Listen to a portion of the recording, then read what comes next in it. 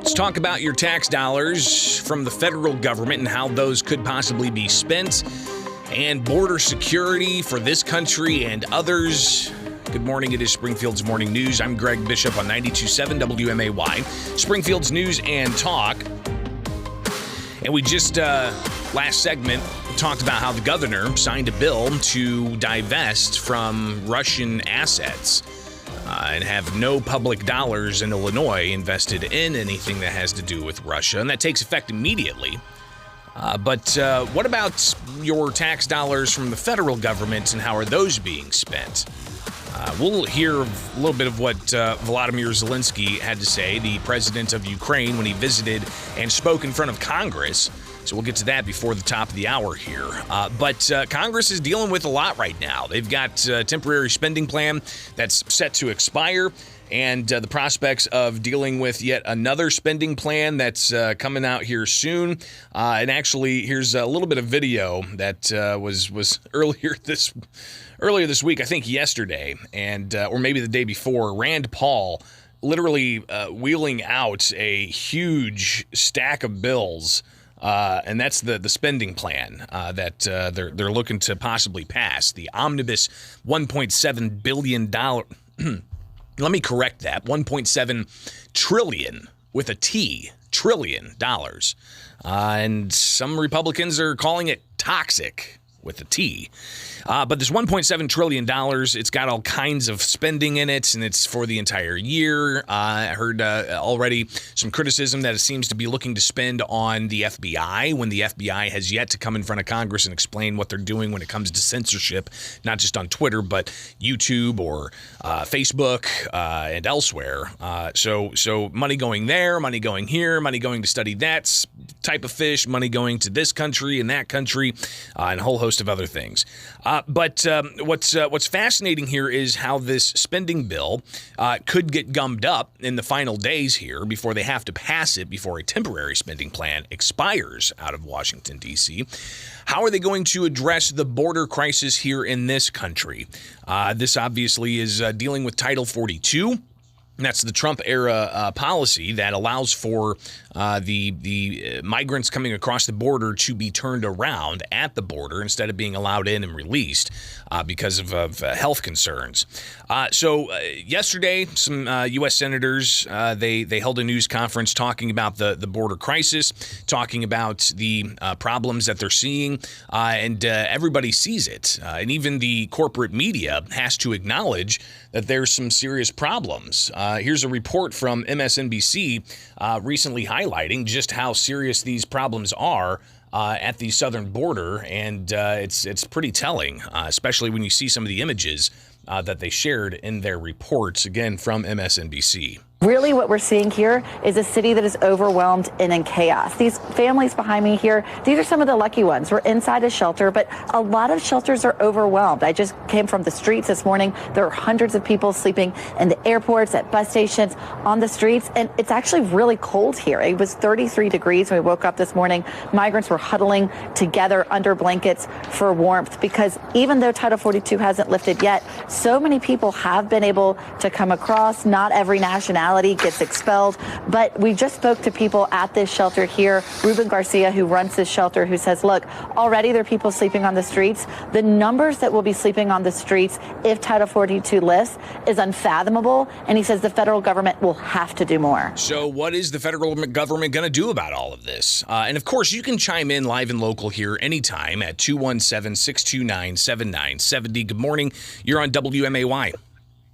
Hey, good morning, Greg. Hey, don't forget to mention on the Omni bill the $14 million Michelle Obama hiking trail, who's never served office. Wow. Yeah, those are just some of the types of things that is all packed into here. But how much is going to go to border security, especially with what we're seeing on the border, with shelters being just inundated, even airports, people posting up there, sleeping on the floor. It's a big problem. Marsha Blackburn, she took to a podium yesterday. She's a Kentucky U.S. senator, and she shared her major concerns with the spending that's not necessarily included in this spending bill. Here she is laying out her concerns. We are doing everything we can to make certain that Title 42 stays in place. It is needed. Our Border Patrol need to know that members of the U.S. Senate are going to stand with them to make certain that they have what they need to, first of all, secure that border, and then secondly, to be sure that we mitigate the issues that are being caused at that southern border. And it is unseemly that we have a spending bill that would have money for other nations to secure their border. But then the money in the spending bill that is there for Border Patrol says they cannot use it on border security. So that's a pretty, distilled concern that some Republicans have is this spending plan does give money to other countries to protect their borders, but not for the U.S. border. So there's actually an effort right now to try to get the White House to keep Title 42 in place in order to have some level of control over the southern border. But what's fascinating, too, is how much money's in there for Ukraine. And we're talking $40+ billion, brings it now to more than $100 billion that the U.S. has given Ukraine. We'll get to a lot of that, especially with Vladimir Zelensky, not in a suit and tie, but in a sweatshirt, speaking to Congress and meeting with the president. So we'll get to that coming up next. Call here. Good morning. You're on WMAY. Good morning, Greg. I've been to the border. I was one of the original Minutemen in 2005, returned 3 times. So since 2005 and before that, we've had an open border. So, it's not to point, I would love to point the fingers at the Democrats, but I have to be honest. It's been a political football. Mm-hmm. No, this is a national security issue, Mm-hmm. and neither the Democrats or the Republicans have done, Trump came in and did something, started the border wall, but it has been that way, so I blame both sides. Yeah, it seems to be more of an issue of the establishment not wanting to necessarily cave in on this at all from both sides because it's, like you said, a political hot potato that just gets passed around. And then you've got even, the Chamber of Commerce to a degree saying that they favor some kind of immigration to allow for, workers, lower skilled, lower paid workers into the United States. So, yeah, there's a whole bunch of factors that have led to this problem not fully being resolved. And you're right. Trump came in and he set some policies up that were actually working, stemming the flow. But once those players were out of the White House, you saw the number just absolutely drastically increase. We're talking millions of people who've come across the border just in the past 2 years. Got to take a break. It is Springfield's Morning News. We'll talk more about federal spending and in particular how much money is going to Ukraine and Vladimir Zelensky yesterday speaking to Congress. We'll get to that next on WMA. All right, we're back and got a few things we got to get here before the top of the hour about Vladimir Zelensky, the Ukrainian president, speaking in front of Congress. And he put together a nice promotional video for it on his Twitter page, and you can go check this out for yourself. And ultimately, it's a pretty high-profile little production here. He said on Twitter, "I thank POTUS for the warm welcome and deeply appreciate all the support from the U.S. and the American people. I'm confident that together we can be able to secure a better, prosperous, and free future for both our nations. Ukraine's victory will also be America's victory." This, again, is a video from the Ukrainian president on Twitter where he showed up to the White House in a sweatshirt and looks like, olive green pants, taking pictures and whatnot. And the videos continued with them in the Oval Office sharing some smiles and some nice holiday cheer. But then you get to this video that the White House shared of President Biden and Vladimir Zelensky walking in slow motion.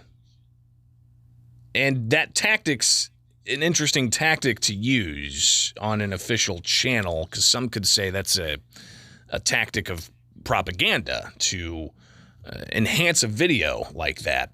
So that video is on the White House's official page, saying that we're proud to stand with them. But Vladimir Zelensky addressed Congress and told Congress that listen, there's a lot of work that they've got to do, and the American public's tax money is integral to that. Here's some of what Vladimir Zelensky had to say yesterday in front of Congress. Financial assistance is also critically important, and I would like to thank you very much. Thank you for both financial packages you have already provided us with and the ones you may be willing to decide on. Your money is not charity. It's an investment in the global security and democracy that we handle in the most responsible way. So Zelensky saying that it's not charity, getting applause for that, and moving on. He talked about the importance of this, especially when it comes to what we've already seen Iran do. Here is Zelensky addressing Congress again yesterday, talking about that particular aspect. When Russia cannot reach our cities, but its artillery, it tries to destroy them with missile attacks. More than that, Russia found an ally in this genocidal policy, Iran. Iranian deadly drones sent to Russia in hundreds became a threat to our critical infrastructure. That is how one terrorist has found the other.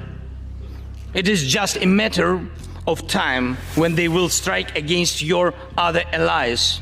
If we do not stop them now, we must do it. Fascinating. And then he unveiled a Ukrainian flag and gave that to members of Congress. Look at that. From the Fly SPI studios, take the easy way